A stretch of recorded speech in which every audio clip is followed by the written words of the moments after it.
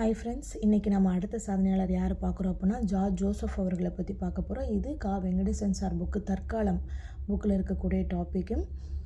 வாங்க பார்க்கலாம். 1887 பிறந்திருப்பார். இவருடைய இறப்பு வந்து 1938 ஜூன் 5 வந்து இறந்திருப்பார். ஜார்ஜ் ஜோசப் அவர்கள் 1887 ஜூன் 5 கேரளாவில் திருவனந்தாங்கூர் சமஸ்தானத்தில் செங்கனச்சேரி அப்படின்ற ஊரில் பிறந்திருப்பார். ஒரு கிறிஸ்துவ வகுப்பில். அது எங்கே அப்படின்னா ஆலப்புழா பகுதியில்ப்பா. இந்த ஜூன் 5 அப்படின்றது வேர்ல்டு என்விரான்மெண்ட் டேவாக நம்ம செலிப்ரேட் பண்ணிகிட்ருக்கோம். அது மட்டும் இல்லாமல் இந்த ஜோசப் வந்து கேரளாவில் அவரோட பள்ளி படிப்பை முடிச்சிருப்பார். கேரளாவில் முடிச்சுட்டு சென்னையில் இருக்கக்கூடிய முல்லர் கல்லூரியில் படிச்சுட்டு இருக்கும்போது அவங்க அப்பா மேல் படிப்புக்காக இங்கிலாந்து அனுப்பியிருப்பார். அப்போ இங்கிலாந்தில் பார்த்திங்கன்னா ஸ்காட்லாந்தில் எடின்பரோ பல்கலைக்கழகத்தில் தத்துவ மேல் படிப்பை முடித்த பின்னர் லண்டனுக்கு போகிறார். எங்கே? கேரளாவிலேருந்து சென்னை, சென்னையிலேருந்து இங்கிலாந்து, இங்கிலாந்துலேருந்து அடுத்து லண்டன்.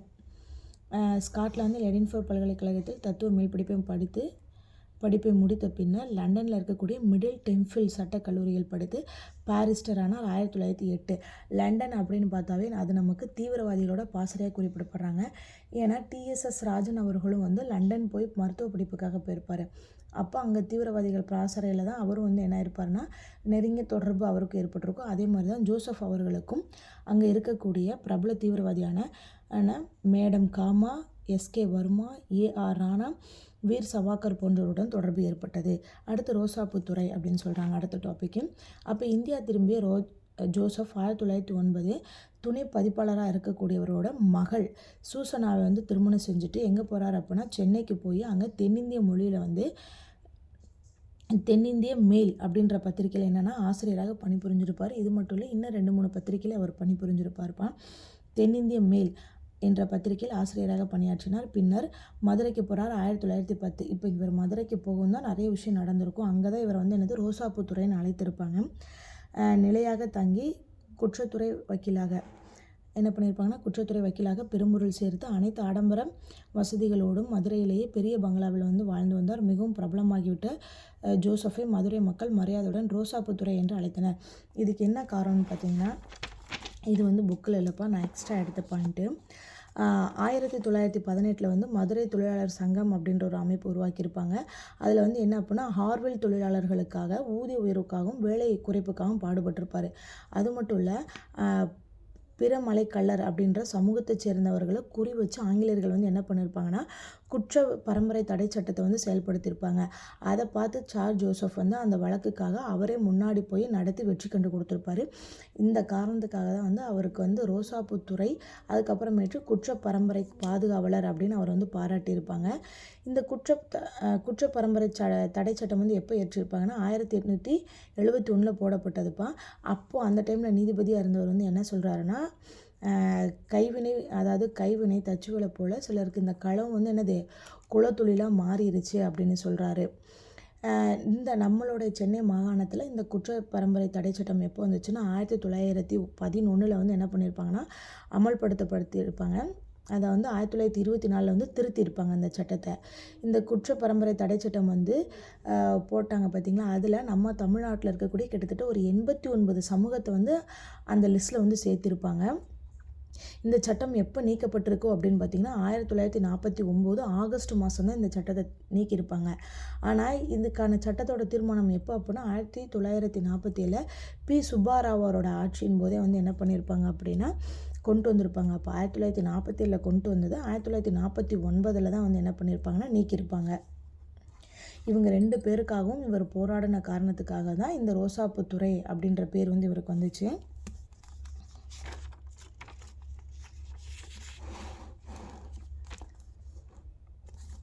அடுத்து வந்து என்ன சொல்கிறாங்கன்னா பழங்குடியினர் பராமரிப்பு.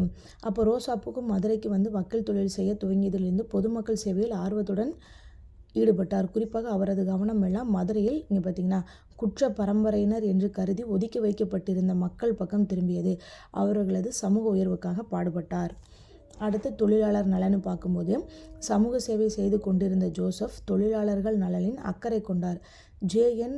ராமநாதனுடன் சேர்ந்து மதுரையில் முதல் தொழில் சங்கத்தை ஏற்படுத்தினார். விரைவிலேயே தொழிலாளர் தோழரானார். இந்த 2 விஷயத்தை பற்றி தான் நம்ம எக்ஸ்ட்ரா பாயிண்டில் பார்த்துருப்போம். அடுத்து சுயாட்சி இயக்கத்தில் ஜோசப்.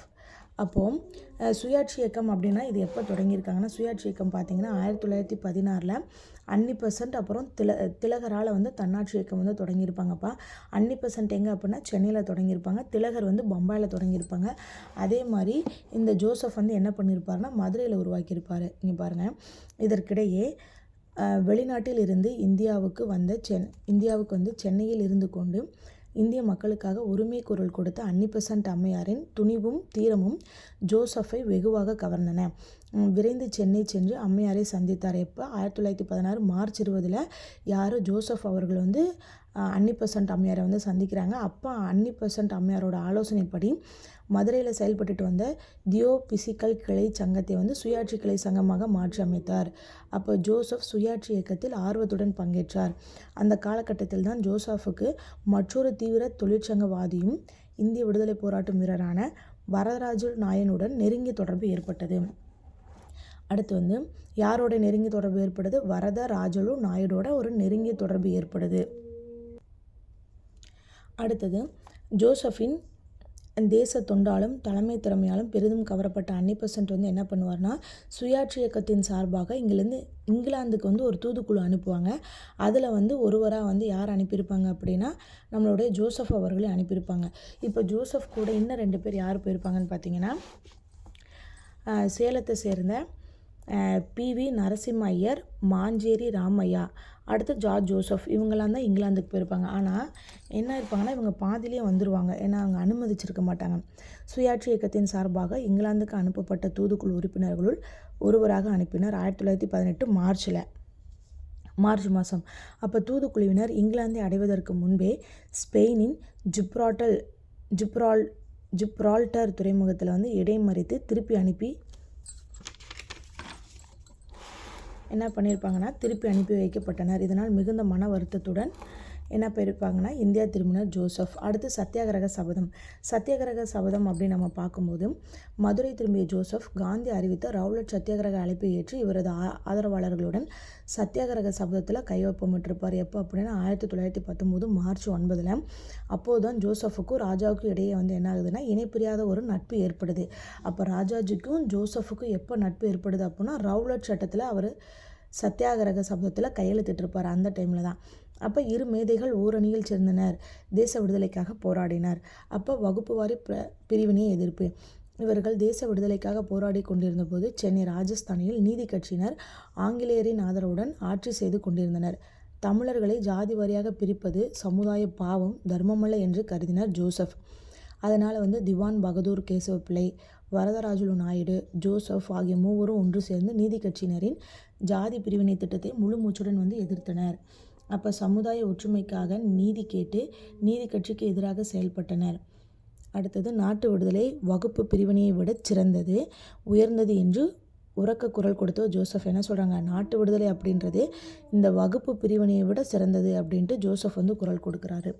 அடுத்து காந்தியுடன் ஜோசப்னு பார்க்கும்போது ரவுலட் சத்தியாகிரகம் சம்பந்தமாக சென்னைக்கு வந்த காந்தி வந்து 1919 மார்ச் 22 மெரினா கடற்கரையில் ராஜாஜி ஜோசப்புக்கு அறிமுகப்படுத்தினார். அப்போ காந்தியை வந்து யார் அறிமுகப்படுத்துகிறாரு அப்படின்னா ராஜாஜி தான் அறிமுகப்படுத்துகிறாரு. அன்றைய தினத்திலிருந்து ஜோசப்புக்கும் காந்திக்கு இடையே ஒரு நெருங்கிய நட்பு வந்து ஏற்படுது. அப்போ தமிழ்நாட்டு சுற்றுப்பயணத்தை முடித்து கொண்டு மதுரை திரும்பிய காந்தி வந்து யாரோட வீட்டில் இருக்காரு அப்படின்னா ஜோசப்போட பங்களாவில் 4 நாட்கள் வந்து தங்குறாரு. அதாவது 1919 மார்ச் 26 30 அந்த டைமில். அப்போது காந்தி உரையாற்றுவதற்காக ஜோசப் வந்து என்ன பண்ணுறாருன்னா மதுரையில் ஆயிரக்கணக்கானோர் கலந்து கொண்ட மாபெரும் ஒரு பொதுக்கூட்டத்துக்கு வந்து ஏற்பாடு செய்து கொடுக்குறார். எப்போ அப்படின்னா 1919 மார்ச் 29. அதாவது அவர் ஒரு 4 நாள் அவங்க வீட்டில் தங்குவாங்களே அந்த டைமில் காந்தி வந்து பேசுகிறதுக்காக ஒரு மாபெரும் கூட்டத்தை ரெடி பண்ணி கொடுக்குறாரு.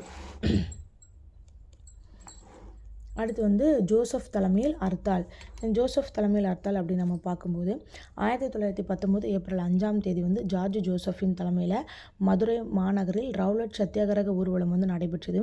இந்த பிரம்மாண்டமான ஊர்வலத்தில் சத்தியாகிரகிகள் காந்தி, தாதாபாய் நவ்ரோஜி, வரதராஜு நாயுடு ஆகியோரோட படங்களை வந்து ஏந்தி கொண்டு கோஷமிட்டு சென்றனர்.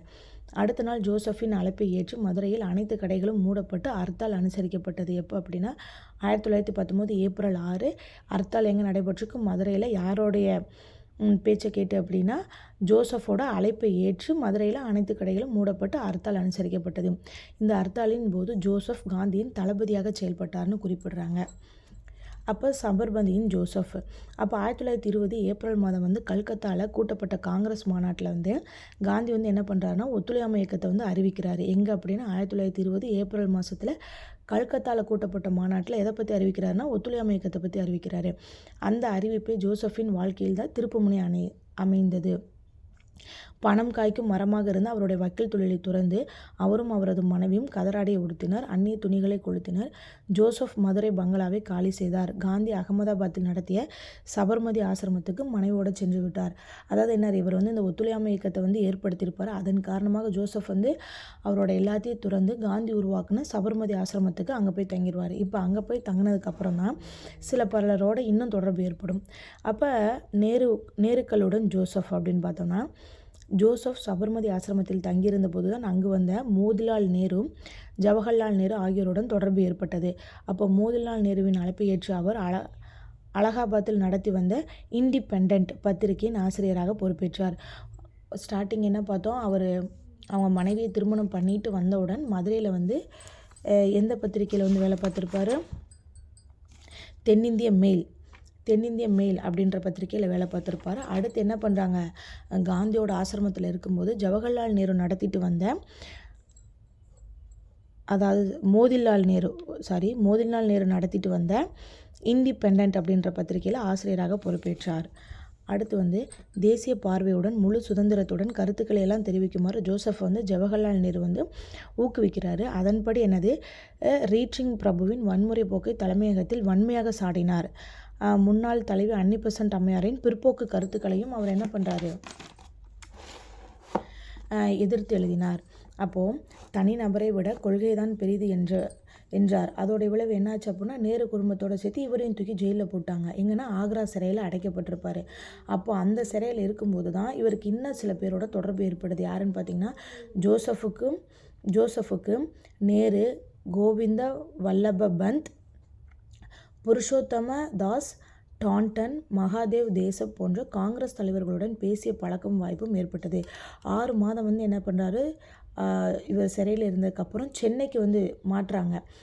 ஆக்ரா சிறையிலேருந்து 6 மாதத்துக்கு அப்புறம் சென்னை சிறைக்கு மாற்றப்பட்டு 1923 ஜனவரி மாதம் என்ன ஆகுதுன்னா இவரை விடுதலை செய்கிறாங்கப்பா. அடுத்து வந்து யங் இந்தியா ஆசிரியர். அப்போ இது வந்து எத்தனாவது பத்திரிக்கை, 3வது பத்திரிக்கை இல்லை ஆசிரியராக வேலை பார்க்குறாரு. Young India. சிறையிலிருந்து திரும்பிய ஜோசப் காந்தி நடத்தி வந்த யங் இந்தியாவின் பத்திரிகை ஆசிரியராக 6 மாத காலம் பணியாற்றினார். 1923 செப்டம்பர்லேருந்து 1924 மார்ச் வரைக்கும் பணியாற்றார். மாற்றம் விரும்பிய சுயராஜ்ய கட்சியினருக்கும் மாற்றம் விரும்பாத காங்கிரஸுக்கும் இடையே ஏற்பட்ட சர்ச்சையில் ஜோசப் வந்து ராஜாஜியுடன் சேர்ந்து கொண்டு மாற்றம் விரும்பாதவராக இருந்தார். அப்போ ஜோசப் வந்து மாற்றம் விரும்பாதவராக இருந்திருப்பார். அடுத்து வந்து வைக்கம் சத்தியாகிரகம். ஜோசப் வந்து வைக்கம் சத்தியாகிரகத்தில் பங்கேற்று என்ன ஆயிருப்பார்னா 1924 மார்ச் மாதம் கைது செய்யப்பட்டு ஏப்ரல் 11 வரைக்கும் கிட்டத்தட்ட 6 மாதம் சிறை தண்டனை பெற்றார். அப்போது காந்தி என்ன பண்ணியிருப்பார்னா ஒரு லெட்டர் எழுதுறாருக்கு ஜோசஃபுக்கு. என்னென்னு மென்ஷன் பண்ணியிருப்பார்னா, ஏன்னா ஜோசப் வந்து கிறிஸ்டினாக இருந்துட்டு ஒரு இந்து இதுக்கு வந்து தலைமை இருக்கலாமா அப்படின்ற மாதிரி எழுதியிருப்பாருங்க. பாருங்களேன், காந்தி ஜோசஃபுக்கு எழுதிய கடிதத்தில் இந்து அல்லாத ஒருவர் இத்தகைய இயக்கத்துக்கு தலைமை ஏற்பது சரியில்லை என்று எழுதினார். அப்போது சமுதாய உரிமைக்கு போராட்டத்துக்கு சமய சாயம் பூசுவதை விரும்பாத ஜோசப் காந்தியுடன் கருத்து வேறுபாடு கொண்டார். இப்போ இதில் வந்து என்ன இருக்குன்னா, கிலாபத் இயக்கத்தில் முஸ்லீம்களை ஆதரிச்சிருப்பார் காந்தி. அதுக்கு என்ன சொல்கிறாருன்னா, கிலாபத் இயக்கத்தில் முஸ்லீம்களை ஆதரித்த காந்தி வைக்கம் சத்தியாகிரகத்தில் ஒரு கிறிஸ்துவ பங்கேற்கக்கூடாது என்பது காந்தியின் இரட்டை நிலைப்பாட்டை வெளிப்படுத்துவதாக கருதினார். அப்போ பொதுமக்களின் வரிப்பணத்தை வசூலித்து கொண்டு அரசாங்க பொதுப்பாதையில் குறிப்பிட்ட வகுப்பினர் நடந்து செல்வதை தடை செய்வது சமுதாய உரிமை பிரச்சனை என்று வாதிட்டார். ஜார்ஜ் ஜோசப் அழைப்பின் பேரில் தான் என்ன இருக்கும் அப்படின்னா ஈவே பெரியார் வந்து இந்த போராட்டத்தில் பங்கேற்பார் என்று குறிப்பிடத்தக்கது. அப்போ பெரியார் வந்து இந்த போராட்டத்துக்கு போகும்போது என்ன பண்ணியிருப்பார்னா லெட்டர் எழுதி வச்சுட்டு போயிருப்பார், நான் வர வரைக்கும் நீ பார்த்துக்கன்னு சொல்லி ராஜாஜிக்கு. அடுத்து மீண்டும் மதுரையில். அப்போ வைக்கம் சிறையில் இருந்து திரும்பிய ஜோசப் மீண்டும் மதுரையில் வந்து என்ன பண்ணுறாருன்னா வக்கீல் தொழிலை துவங்கினார். ஜோசப் காந்தியுடன் கருத்து வேறுபாடு கொண்டாலும் இவருக்கும் அதாவது இவங்க 2 பேத்துக்கு இடையில இருந்த நட்பு வந்து தொடர்ந்ததுன்னு சொல்கிறாங்க. அடுத்தது 1925 ஜனவரி மாதம் பார்த்திங்கன்னா காந்தி ஜோசஃபின் வீட்டில் தங்கியிருந்த போது தான் அவரை காண வந்த கிராம மக்களின் ஏழ்மையும் வறுமையும் கண்டு பாரம்பரிய உடையை களைத்துவிட்டு அரையாடை அணிந்த வரலாற்று சாதனை படைத்தார் காந்தி. அப்போ காந்தி எப்போ வந்து அந்த துணி அவருடைய துணி மாற்றம் அடைஞ்சிச்சுன்னா 1925 ஜனவரி மாதம்தான். அடுத்து வந்து பார்த்திங்கன்னா தமிழ்நாட்டு தலைவர்.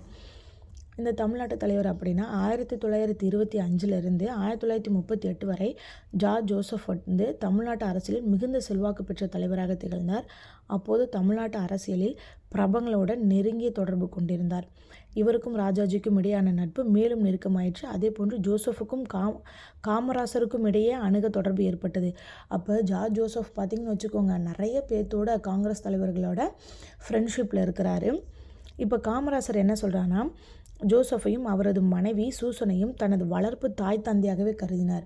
அப்போ காமராசரோட வளர்ப்பு தாய் தந்தையாக யாரை கருதுகிறாங்க? ஜோசஃபையும் அவருடைய மனைவியும் கருதுகிறாரு காமராசர். 1933 காமராசரை விருதுநகர் வெடிகுண்டு வழக்கில் வந்து கைது செய்துட்டு போயிருப்பார். அப்போ ஜார்ஜ் ஜோசப் தான் அவருக்காக என்ன பண்ணியிருப்பாருன்னா, வாதாடி அவர் சிறையிலேருந்து மீட்டுட்டு வந்திருப்பார். 33 காமராசரை விருதுநகர் வெடிகுண்டு வழக்கில் சம்மந்தப்படுத்தி சிறையில் அடைத்தபோது ஜோசப் காமராசர் சார்பாக வாதாடி அவர் மீது சுமந்தப்பட்ட குற்றச்சாட்டுகள் பொய்யானவை என்பதை நிரூபித்து அவரை சிறையிலிருந்து விடுவித்தார். அதன்பின் ஜோசப் மத்திய சட்டமன்றத்துக்கு தேர்ந்தெடுக்கப்பட்டார். எப்போனா 1937 ஜூலையில் எதுக்கு அப்படின்னா மத்திய சட்டமன்றத்துக்கு தேர்ந்தெடுத்திருப்பாங்க. மெழுகுவர்த்தி தன்னை அழித்து கொண்டு பிறருக்கு பிரகாசத்தை கொடுப்பதை போன்று வாழ்ந்த ஜோசஃபின் தியாக தீபம் எப்போ அப்படின்னா 1938 மார்ச் 5 மதுரையில் இருக்கக்கூடிய அமெரிக்கன் மிஷன் மருத்துவமனையில் அணைந்தது. அப்போ அவர்களுடைய வயது வந்து பார்த்திங்கன்னா 50.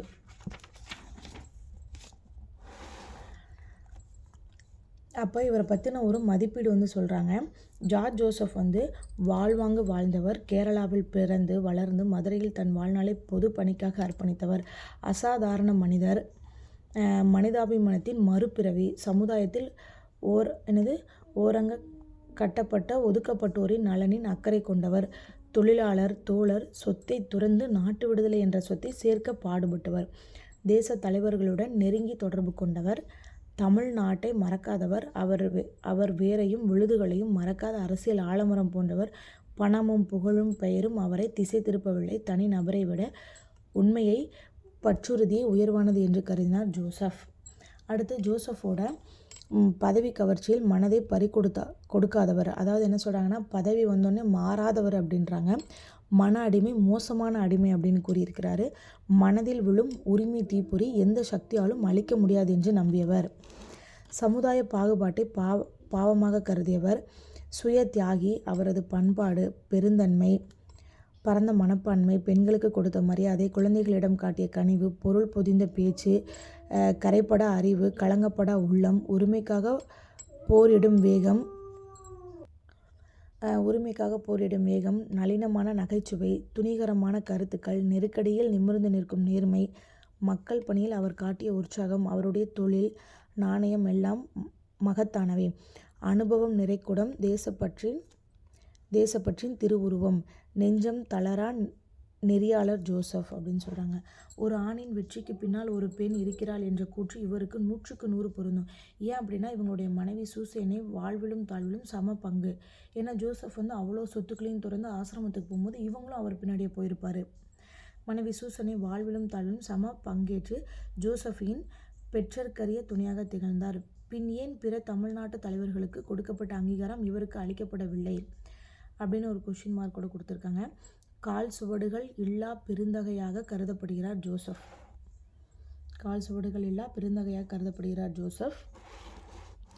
அப்போ இதில் என்ன சொல்கிறாங்கன்னா, இவரை பற்றி வாழ்க்கை வரலாற்றை இவருடைய பேரன் வந்து எழுதியிருப்பார். பற்றி இவரது பெயர் கொண்ட பேரன் எழுதாவிட்டால் இவரது வாழ்வும் வாக்கும் கால வெள்ளத்தில் மூழ்கி போயிருக்கும். இவரை நேரில் அறிந்த வாரா இவரை பற்றி எழுதும்போது ஜோசப் அவர்கள் தமிழ்நாட்டு தலைவர்களில் தலை சிறந்து நிற்பவர்களோட முன்னிலையில் நிற்கிறார் அப்படின்னு குறிப்பிட்றார். யாருன்னா வாரா. இவருடைய சிறப்புன்னு பார்க்கும்போது இவருக்கு கல்லறை இருக்குப்பா. எங்கே அப்படின்னா மதுரை புது நல்லமுத்து பிள்ளை ரோட்டில் வந்து இருக்குது. அதே மாதிரி கக்கன் வந்து உள்துறை அமைச்சராக இருந்தபோது இவருக்கு மார்பளவு சிலையை வந்து யானைக்கால் பகுதியில் வந்து அமைச்சிருப்பாங்க. இந்த புக்கில் வந்து ஜார்ஜ் ஜோசப் பற்றின டாபிக் அவ்வளோதான் முடிஞ்சிருச்சு. அடுத்து நம்ம யாரை பார்க்குறோம் அப்படின்னா பி. வரதராஜுலு நாயுடு அவர்களை பற்றி பார்ப்போம். இந்த டாபிக் வந்து அடுத்த நாளைக்கு பார்ப்போம்ப்பா. இது உங்களுக்கு பிடிச்சிருந்துச்சுன்னா இல்லை ஏதாவது இருந்தால் கமெண்ட் பண்ணுங்கள், ஷேர் பண்ணுங்கள், சப்ஸ்கிரைப் பண்ணுங்கள். Bye friends.